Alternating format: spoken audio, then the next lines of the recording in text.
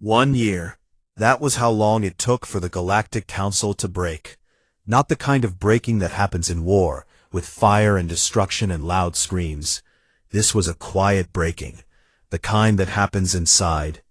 The kind that happens when you realize, slowly and painfully, that everything you believed about yourself was wrong. The galaxy had changed. The proud, ancient civilizations that had once looked down on humanity now struggled to hold themselves together. Palara had lost over 100,000 lives. The Valkyrie, who had once boasted about their advanced medicine, could not save their own people without human drugs and human machines. Morath had aged. His blue fire had gone almost dark. He sat in his chamber alone most days, reading the same reports over and over, as if reading them enough times might change the numbers. The Saruna trade empire had shrunk by half. Pirates ruled the corridors that Commander Jinho had once kept safe. Merchant families that had been rich for generations were now poor. Valith had stepped down from her position as Prime. She could not face her people. She had been the one who called humans useful but not worthy. Now her people whispered her name like a curse. On Matha, the famine had taken 60,000 lives. The Drathani were a quiet people. They did not shout or rage. They simply grew thinner and quieter, and then they were gone. The unfinished water channels that Suho had built became a place of mourning. Families would go there and sit beside the empty pipes and cry. They called it the place of almost, because the water had almost come. The food had almost grown. Their children had almost lived. And on the Norai homeworld, Grand Speaker Ithon sat in his crystal chair and did something he had not done in 1,000 years. He wept. The tears of a Norai are not made of water. They are tiny cracks that form in their crystal bodies. Hairline fractures that spread like roots through glass. When a Norai weeps, they become more fragile. Their body weakens. Their light dims. It is a permanent thing. Every tear leaves a mark that can never be healed. Ithon wept for 3 days. His advisors begged him to stop. Grand Speaker, you are harming yourself. Please. But Ithon did not stop. He wept for the child on Palara who could not breathe. He wept for the merchants who lost their ships.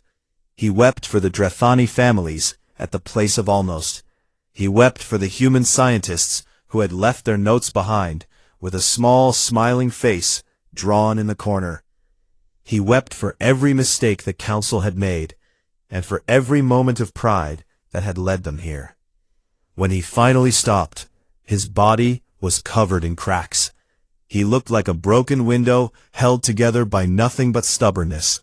His light was dim, but his mind was clear. Call the council, he said.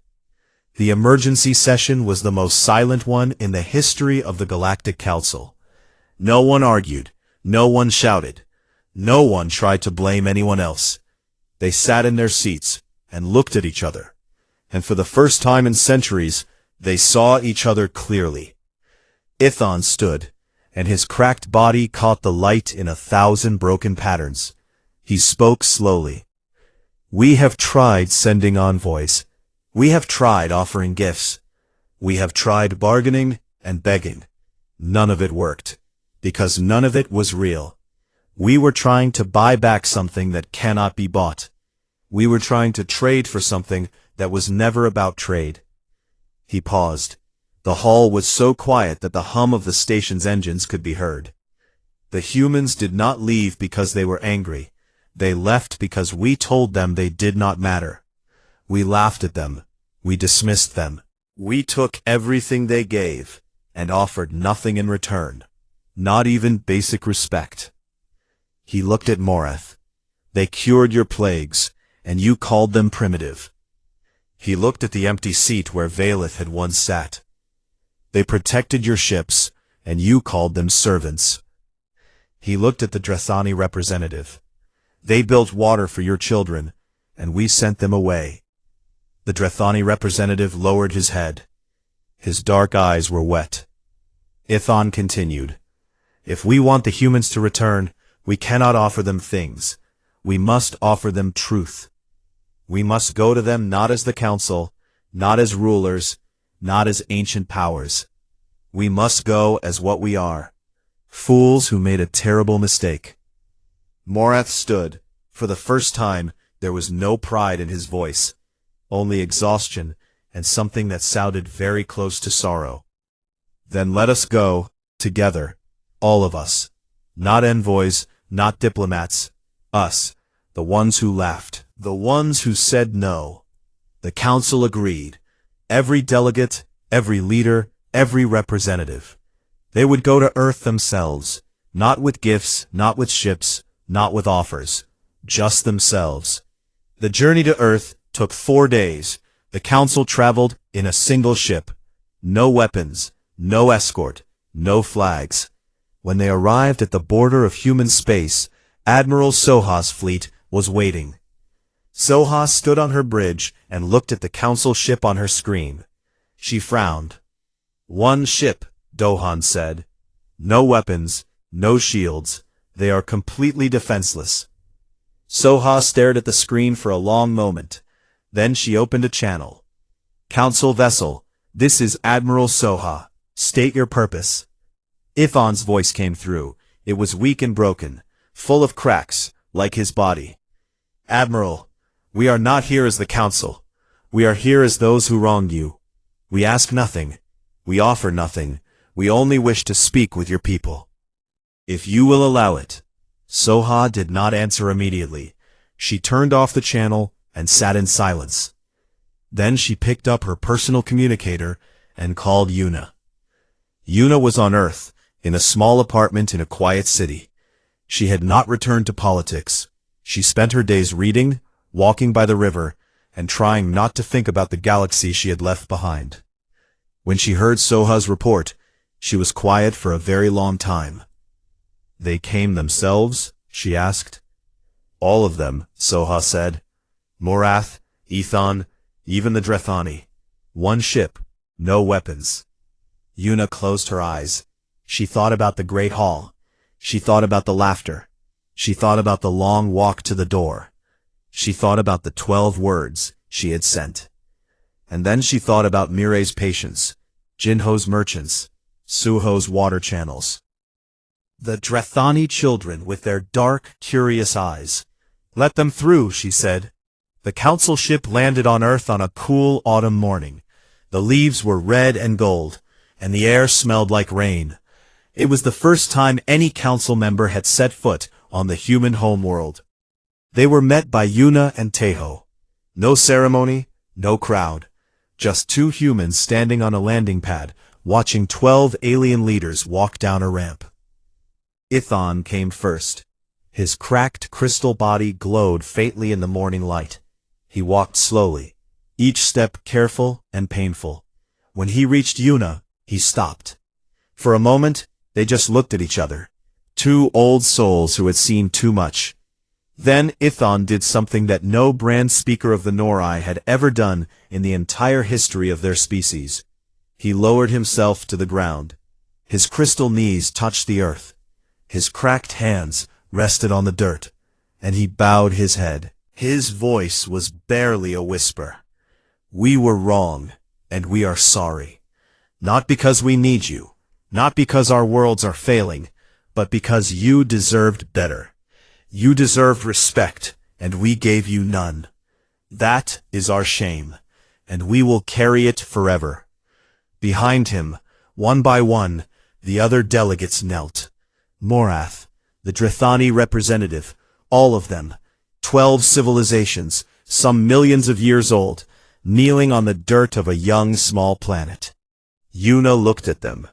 Her face was calm, as it always was, but her eyes were bright, and her hands trembled at her sides. She did not speak for a long time. The wind blew through the red leaves. The sky was gray and soft. The world was quiet. Then she stepped forward. She reached down and took Ithan's cracked hand in hers. She held it gently, as if holding something precious and broken. "We remember," she said softly. "We remember all of it, The laughter, the silence, the closed doors. We remember. Ithon looked up at her. His ancient eyes were full of fractures and light. But we also remember who we are, Yuna continued. We are human, and humans do not let the galaxy burn because their feelings were hurt. She helped Ithon to his feet. Teho stepped forward and helped Morath. Yuna looked at the 12 delegates standing before her. We will return, not because of your apology, not because of your need, but because there are children on Polara who cannot breathe. There are families on Matha who cannot eat. There are people across your worlds who did nothing wrong, and they are paying for your pride. She paused. Her voice was steady, but it carried the weight of everything. We will help them, because that is what we do. That is what we have always done, not for a seat, not for respect, but because it is right. Ithon bowed his head again. Then you are better than us. Yuna almost smiled. That same almost smile she had shared with Teho on the night they left the council hall. No, she said. We are just human. Within a week the ships launched again. Mireille returned to Polara with a new team. The machines were fixed. The medicine was made. Children breathed again. Jinho took his fleet back to the trade routes. The pirates scattered like dust in wind. Suho returned to Matha. He finished the water system in 11 days. When the first water flowed through the channels, the Drethani children danced in the spray, and Suho sat in the mud and laughed until he cried. The Galactic Council offered humanity a seat once more. This time, Yuna accepted, but she added one condition. Above the entrance to the Great Hall, a new line was carved into the dark metal. It was written in every language of every species in the Council. It read, "Respect is not earned by age or power. It is given freely, or it means nothing." And beneath it, in small human letters, were two more words. We remember. 6 months had passed since the humans left. 6 months of silence, suffering, and slow destruction. The galaxy that had once laughed at humanity was no longer laughing. It was choking. The Galactic Council called an emergency session. It was the first time in 300 years that such a session had been called. The Great Hall, which had once been full of pride and noise, was now filled with fear. The seats were the same, the delegates were the same, but everything else had changed. High Delegate Marath of the Valkyrie was the first to speak. He looked different now. The blue fire that once burned bright around his white-boned body had dimmed. His voice, once strong and mocking, was thin and tired. We are losing Polara, he said. The hospitals are failing. We have lost 18,000 patients in the last 2 months. Our doctors cannot operate the human machines. Our scientists cannot make the human medicine. We need help. No one laughed. Prime Valeth of the Saruna stood next. Her liquid silver body moved slowly, as if the weight of her words was pulling her down. Our trade routes are destroyed. Piracy has increased by 600%. We have lost 42 merchant ships this quarter alone. Our economy is falling apart. Worlds that depend on trade are running out of food and supplies. We cannot protect our own space. More silence, the kind that hurts. Other delegates spoke. The Drethani representative, a small creature with dark, sad eyes, stood on trembling legs and told the council about the famine on Matha. He spoke about children dying, about fields turning to dust, about a water system that sat unfinished in the ground, so close to saving millions, built by a human who had been sent away. His voice broke twice. No one interrupted him. When all the reports were finished, the hall sat in a heavy, terrible quiet. Every delegate knew the truth, but no one wanted to say it. The silence stretched on and on, like a rope pulled tight enough to snap. Finally, Grand Speaker Ithon spoke. His crystal voice was slow and careful. We must contact the humans. We must ask them to return. Maraf slammed his bony hand on his desk. We have tried. They do not answer our messages. Then we will send envoys, Ithon said. In person. We will go to the border of human space and ask to speak with them directly. Veolith shook her silver head. And what will we say? That we were wrong? That we need them? The Council has never admitted such a thing to any species. Ithon looked at her with his ancient crystal eyes. Then we will do it for the first time. The vote was held. It was not close. Every delegate voted yes. Every single one. The Council assembled its finest envoy team. 3 ships, carrying representatives from the 12-member species. They brought trade offers. They brought promises of new partnerships and shared technology. They brought everything they thought humans would want. Admiral Soha was waiting for them. She was a woman of 55 years, with gray hair tied back in a tight knot, and a face that showed nothing. She had served in the Earth Fleet for 30 years. She had fought in border wars. She had rescued thousands of lives. She had earned every mark on her uniform, and there were many. Now she commanded the human border fleet. 50 ships, arranged in a perfect line at the edge of human space. Not attacking, not threatening, just present. A wall of silence. The Council envoy ships approached slowly. They sent a greeting message. We come in peace. We wish to speak with humanity's leadership. Soha read the message on her screen. She turned to her communications officer, a young man named Dohan. Send no reply. Admiral, they are asking for a meeting. I heard them, Soha said. Send no reply. The envoy ships waited for 3 hours. They sent the message again, and again. Each time the words were more polite, more urgent. Please, we wish to discuss the return of human aid to Council space. We have brought gifts and offers of partnership. The Council is prepared to discuss a permanent seat for humanity. Soha read each message. After the last one, she let out a small breath through her nose. It was not quite a laugh, not quite a sigh, something in between. Now they offer a seat, she said quietly. Now. She stood from her chair and walked to the viewing window. The Council ships hung in the dark ahead of her. They were beautiful ships, made by civilizations far older and more advanced than humanity. But they were the ones waiting. They were the ones asking, and she was the one standing behind a wall. Admiral, Dohan said gently, what should I tell them? Soha was quiet for a long time. She thought about Teho and Yuna. She thought about Mireille and her patience. She thought about Suho and his unfinished water system. She thought about Jinho and the trade routes he had kept safe for 10 years. She thought about every human who had given years of their life to help alien worlds that did not think they were good enough. Open a channel, she said at last, voice only. Dohan opened the channel. Soha picked up the communicator and spoke. Her voice was flat and calm. This is Admiral Soha of the Earth Border Fleet. You are at the edge of human space. State your purpose. The lead envoy, a Valkyrie diplomat, responded quickly. Admiral, we are here on behalf of the Galactic Council.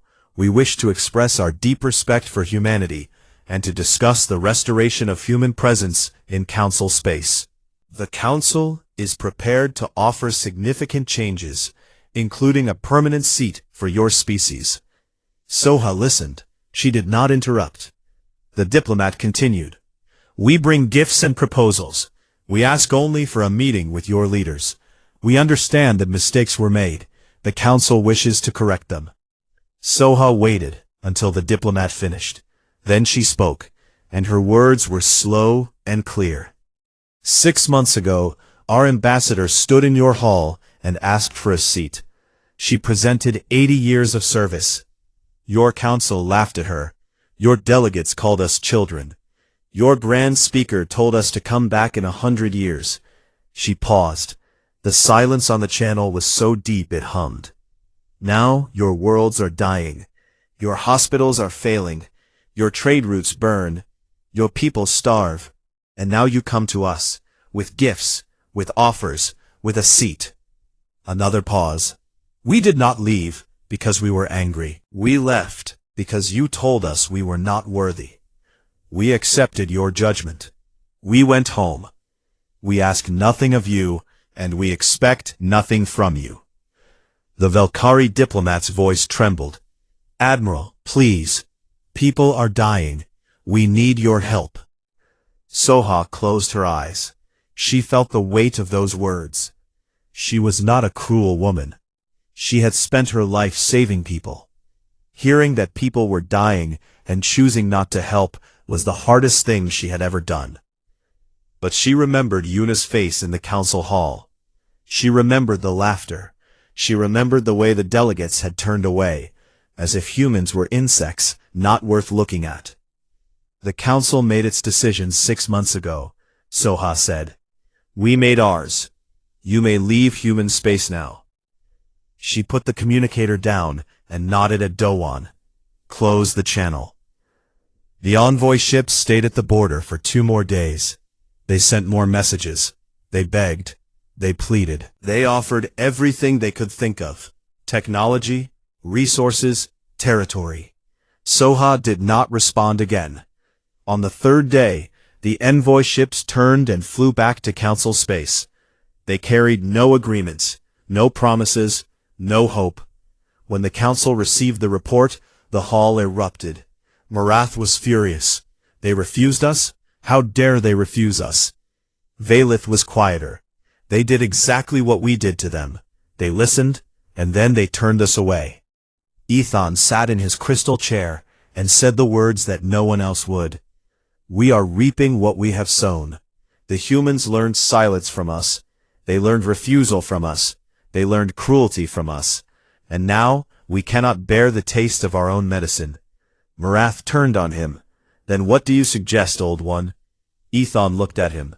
I suggest we stop pretending this is about politics, or trade, or seats. This is about respect. And until we truly understand that, they will never come back. The hall fell silent once more. But this time, the silence was not from pride. It was from shame. Back at the border, Soha sat alone in her quarters. She held a small photograph in her hands. It showed her younger self, standing with a group of alien children on a Saruna colony world. They were all smiling. She had taught them to play a human game. She could not remember which one. She looked at the photograph for a long time. Then she placed it face down on the table and turned off the light. The first sign of trouble came from Polara. It started with a machine. One of the breathing machines in the hospital that Dr. Mirai had built stopped working. A Valkyrie nurse tried to fix it. She pressed buttons. She pulled wires. She called the maintenance team. But the maintenance team was human, and the humans were gone. The patient on the machine was a young Valkyrie child. He could not breathe on his own. His lungs had been damaged by the plague that Mirai had cured, and without the machine, he had only hours. The nurses sent an urgent message to the Valkyrie Medical Command. We need engineers. The human machines are failing. The response came back slowly. We are looking into it. Stand by. The child died that night. He was the first. He would not be the last. Within 2 weeks, more machines broke. Then the medicine began to run out. The drugs that Mirai and her team had made were complex. They required chemicals that only humans knew how to mix. The Valkyrie tried to copy the process, but the formulas were difficult. They made mistakes. Some of the copies were too weak. Some were too strong. Some made patients worse instead of better. By the end of the first month, the hospitals on Polara were in chaos. Patients filled the hallways. Families camped outside, begging for help. The Valkyrie government sent their own doctors, but those doctors had never treated the diseases that humans had cured. They stood in the human-built hospitals and stared at the human-built machines, and did not know what to do. High Delegate Morath received a report from Polara. He read it in his private chamber on the Valkyrie homeworld. The numbers were bad. Death tolls rising, medicine stocks falling, hospital systems failing one by one. He put the report down and told his assistant, "Send a request to the human embassy for medical support." "Sir, the human embassy is closed. It has been closed for 5 weeks." Morath blinked. For a moment, something flickered in his cold blue eyes. Not worry, not yet, but the beginning of it. Then, contact their government directly. "We've tried, sir. They do not answer." The silence from Earth was complete. Every communication channel that humanity had once kept open was now dark. No signals, no messages, no replies. It was as if the entire species had simply turned its back on the galaxy and closed the door. And on the trade routes, things were even worse. Commander Jinho's security fleet had been the backbone of safe travel between Council worlds. His ships had patrolled the most dangerous corridors, the narrow passages between star systems, where pirates waited in the dark. For 10 years, not a single major attack had succeeded on his watch. Merchants had grown comfortable.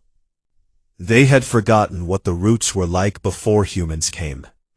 Now, they remembered. The first attack happened 12 days after the human fleet withdrew. A convoy of Saruna merchant ships was traveling through the Black Vein Corridor, a stretch of space known for pirate activity. Without human escorts, the convoy had only 2 Saruna guard ships. They were old. Their weapons were outdated. They had not fired a shot in years. The pirates came from the asteroid fields. 30 ships, fast, armed, and hungry. The battle lasted less than an hour. Both guard ships were destroyed. The merchant convoy was captured. Over 400 Saruna crew members were taken prisoner. The cargo, worth billions of credits, was gone. Prime Valith of the Saruna received the news with a cold expression. She had been the one who said humans were useful but not worthy. Now her trade routes were bleeding, and her people were dying. She called an emergency meeting of the Saruna Fleet Command. "We will increase patrols. We will build new ships. We do not need humans to protect our own space." But building new ships took time. Training new crews took time. And the pirates did not wait. In the next 3 months, over 200 attacks took place across Council trade routes. Goods stopped flowing, prices rose. Planets that depended on imported food and medicine began to run out of both. And then the famine came. On the agricultural world of Metha, where young engineer Suho had been building the water system, the half-finished channels sat empty in the dust. The pumps that pulled water from underground had been designed by humans. When they broke, no one could fix them. The Drethani tried. They dug with their hands. They prayed to their gods. But the water did not come. The crops died first. Row after row of green turned to brown, then to dust. The Drethani had been so close to feeding their people for the first time in centuries. Suho's water system would have changed everything. But it was not finished. 2 more weeks of work would have completed it. 2 weeks that would never come. The village leader who had said goodbye to Suho stood at the edge of his dead fields and looked at the sky. He did not understand politics. He did not understand the Galactic Council. He only understood that the kind man with the tools had left, and now his children were hungry. Famine spread across Metha like wildfire. Within 2 months, the northern continent was in crisis. Aid requests were sent to the Council, but the Council had its own problems. Trade was collapsing. Medicine was scarce. Every member world was looking inward, trying to save itself. No one had time for a small, dry planet full of hungry people. The Drethani began to die. On the Norai homeworld, the great research stations that human scientists had helped build fell silent. The Norai were the oldest species in the Council. They had knowledge beyond anything humanity had ever seen. But they had grown old and tired. Their curiosity had faded long ago. When humans came with their young, burning energy, they had sparked something new. Human scientists asked questions the Nori had stopped asking. They found answers in places the Nori had stopped looking. Together, they had been working on a new energy source, something that could power entire star systems without fuel. It was close to a breakthrough. The human team had been running the final tests. Now the labs were empty. The machines hummed with unfinished calculations. The data sat in screens that no one read. The Nori scientists looked at the work and realized, with a cold shock, that they did not fully understand what the humans had been doing. The humans had moved so fast, fought so differently, that their methods were almost alien to the ancient Nori minds. Grand Speaker Ithon visited the empty labs. He walked through the quiet hallways, his crystal body catching the faint light. He touched a screen where a human scientist had left notes. The handwriting was messy. There was a small drawing of a smiling face in the corner of the page. Such a human thing to do. Ithon stared at that small drawing for a very long time. He returned to his chamber and sat in silence. His advisors came to him with reports. Systems failing. Research stopped. Energy projects frozen. The Nori economy was not collapsing yet, but it was slowing. Like a great machine losing oil, the gears were grinding, and the sound was terrible. Grand Speaker, his chief advisor said, perhaps we should contact the humans. We have tried, Ithon said. They do not answer. Then perhaps the council should discuss this. Ithon looked at his advisor. The council will not admit it made a mistake. Not yet. Pride is a slow disease. It kills quietly. Then what do we do? Ithon closed his ancient eyes. We wait and we suffer, because that is what pride costs. Across the galaxy, the suffering grew. Planets that had once been stable began to shake. Economies that had once been strong began to crack. Systems that had once worked perfectly began to fall apart. And in every case, at the center of every failure, there was the same truth. Humans had been there. Humans had built something. Humans had held something together.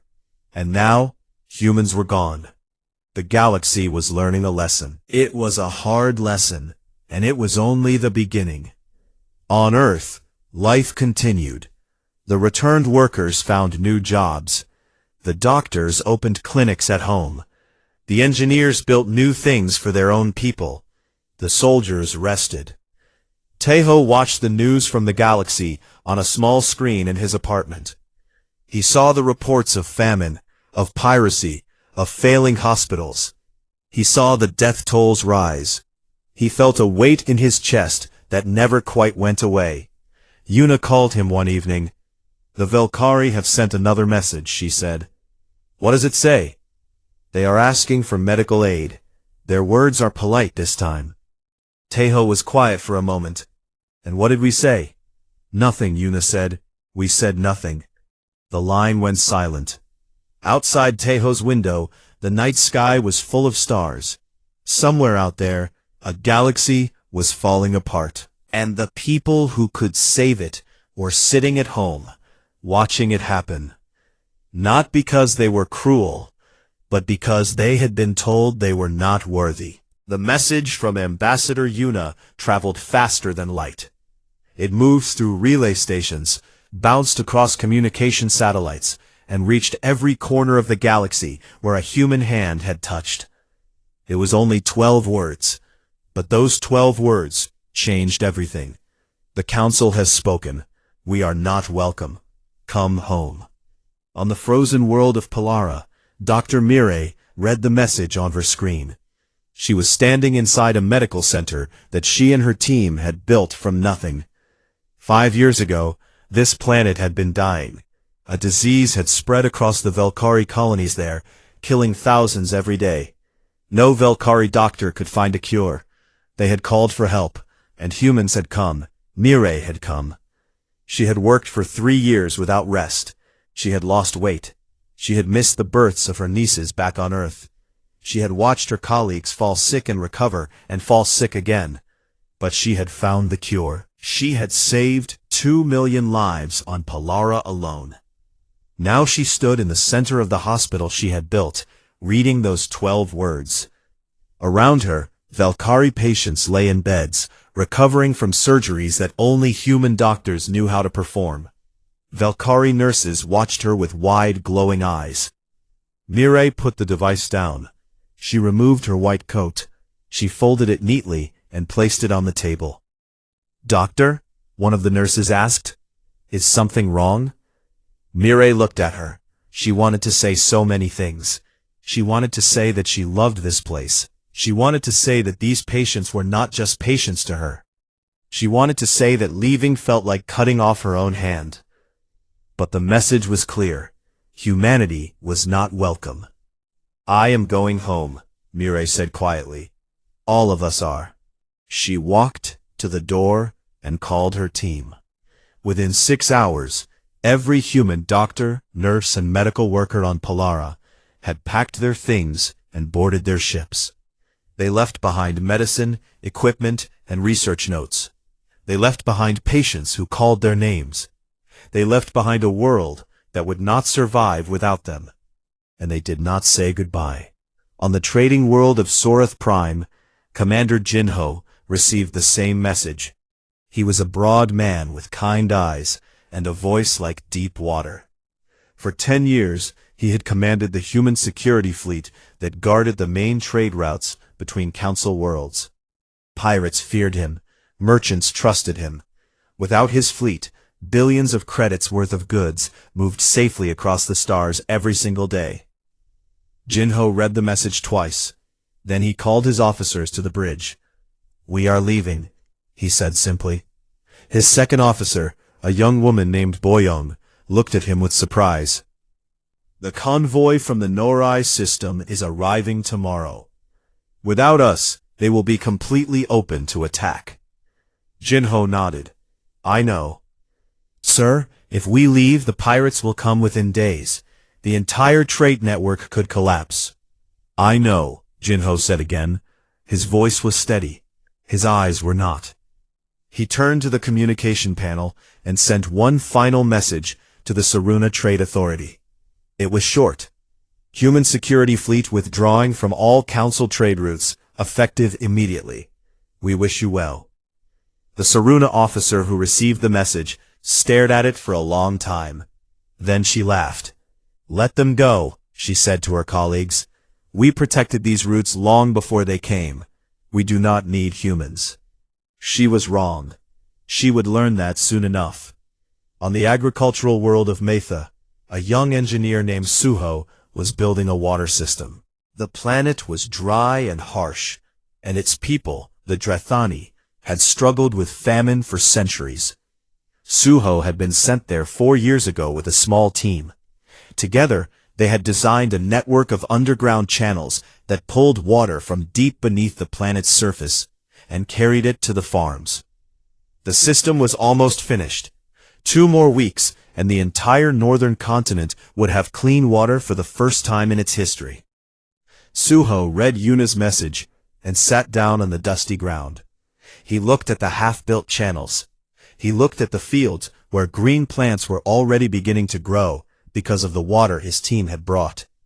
He looked at the Drethani children watching him from behind a fence, their large dark eyes full of curiosity. He wanted to stay. He wanted to finish what he had started.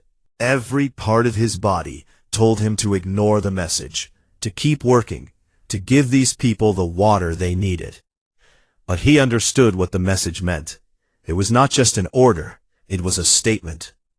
If humanity was not worthy of a seat, then humanity would take back its hands. Suho stood up. He packed his tools. He called his team. The Drethani village leader came to him. "You are leaving, but the water system is not complete." Suho bowed his head. "I am sorry," he said, and he meant it more than any words he had ever spoken. He walked to his ship. Behind him, the half-built channel sat in the dust, like the bones of a promise that would never be kept. Across the galaxy, the same scene repeated itself. On the Norai homeworld, human scientists shut down research labs where they had been developing new energy sources. On the Sorana border planets, human teachers closed their schools. On military outposts, human soldiers lowered their flags and walked away. None of them protested. None of them shouted. None of them made demands. They simply left. The council noticed, of course, but they did not worry. High Delegate Morath of the Velkari held a meeting and spoke calmly. The humans are upset. They will sulk for a time. Then they will come back. They always come back. They need us more than we need them. Prime Valeth of the Saruna agreed. This is a tantrum, nothing more. They will realize their mistake and return within a month. Grand Speaker Ithan of the Norai said nothing. He sat in his crystal chair and watched the reports come in. One by one, human ships left council space. One by one, human stations went dark. One by one, the lights that humanity had brought to the galaxy blinked out. Ithan was old. He had seen civilizations rise and fall. He had seen pride destroy empires. And he had a feeling, deep in his ancient bones, that the council had just done something very foolish. But he said nothing. He was too proud. They were all too proud. On Earth, the ships came home, thousands of them. They filled the sky like silver rain.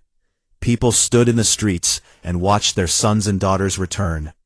There were no parades, no celebrations, just quiet reunions. Families holding each other, friends sitting together in silence.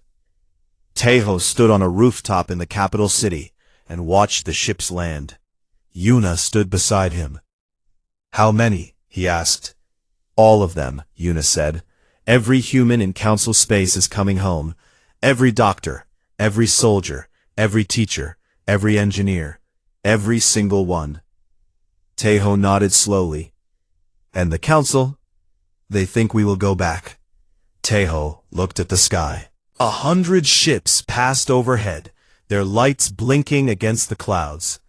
"Then they do not know us at all," he said. Yuna almost smiled. "Almost." "No," she agreed. "They never did." The last human ship left council space on a Tuesday. It was a small medical transport from the Velkari border world of Palara. Dr. Mire was on board. She sat by the window and looked back at the planet she had saved. The lights of the hospital she had built were still on. They would stay on for a while, but not forever. Without her team, the machines would break, the medicine would run out, the patients would have no one. She pressed her hand against the cold glass. A single tear rolled down her cheek. Then the ship jumped to light speed, and Palara disappeared. The galaxy was quiet now. The humans were gone, and no one had said a word. The Great Hall of the Galactic Council was the largest structure ever built by any civilization in the known universe. It floated in the center of a dead star system, far away from any planet or sun. The walls were made of a dark metal that shone like water under moonlight. Thousands of seats rose in circles, one above the other. And in each seat sat a representative of a powerful species. They came from worlds that had existed for millions of years. They had crossed galaxies, bent light, and broken the rules of time itself. They were proud, ancient, and cold. At the very bottom of the hall, in the smallest chairs, sat two humans. Captain Tejo was a tall man with a calm face. He wore the dark blue uniform of the Earth Fleet, and his hands rested on a thin folder of documents. His eyes moved slowly across the hall, looking at the alien faces above him. Some were made of stone. Some had 6 eyes. He had seen many things in his life, but this place still made him feel small. Beside him sat Ambassador Yuna. She was a woman of 43 years, with short black hair and sharp eyes. She had spent 20 years learning how to speak with alien races. She knew 14 alien languages. She had read the laws of every civilization in the council. She had come here with hope. She had come here ready. Today was the day. Humanity had waited for 80 years. 80 years since humans first stepped into the stars and found they were not alone. 80 years since they had first asked for a seat on the Galactic Council. And 80 years they had been told to wait. But today at last, the council had agreed to hear their case. Yuna stood. Her voice was clear and strong. It carried through the great hall like a bell. Honored members of the Galactic Council, she began. Humanity comes before you today not as strangers, but as partners. For 80 years, we have worked beside you. We have built hospitals on your worlds. We have fed your hungry. We have fought pirates in your trade lanes. We have given you our doctors, our engineers, our teachers. We have never asked for anything in return. Today we ask for one thing, a seat among you, a voice. That is all. Then she paused. The hall was silent. Then a sound came, a low rumbling sound. It started from the top rows and moved down like a wave. It took Taeho a moment to understand what it was. Laughter. The alien delegates were laughing. The first to speak was High Delegate Marath of the Valkyrie. He was a creature of white bone and blue fire, and his voice was like cracking ice. You ask for a seat? You, a species that has existed for less than a blink of the cosmic eye? You still fight among yourselves. You cannot even leave your own arm of the galaxy without our help. More laughter filled the hall. Another delegate spoke.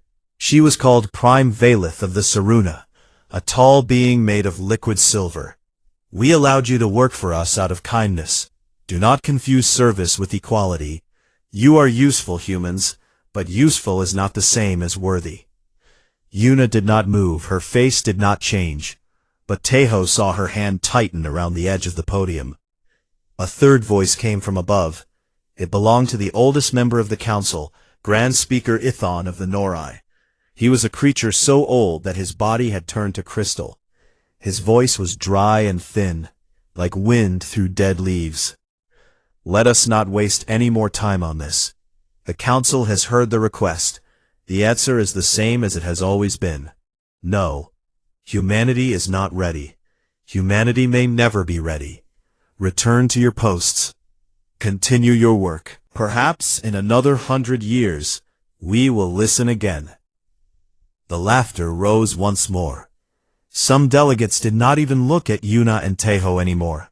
They turned to their own conversations, as if the humans were already gone. Yuna stood still for a long moment. She looked at the council. She looked at every face, every eye, every cold expression. She remembered every hospital her people had built, every plague they had cured on alien worlds, every child they had saved, every broken ship they had repaired, every war they had helped end. And they laughed. She turned to Taeho. Their eyes met. No words were needed.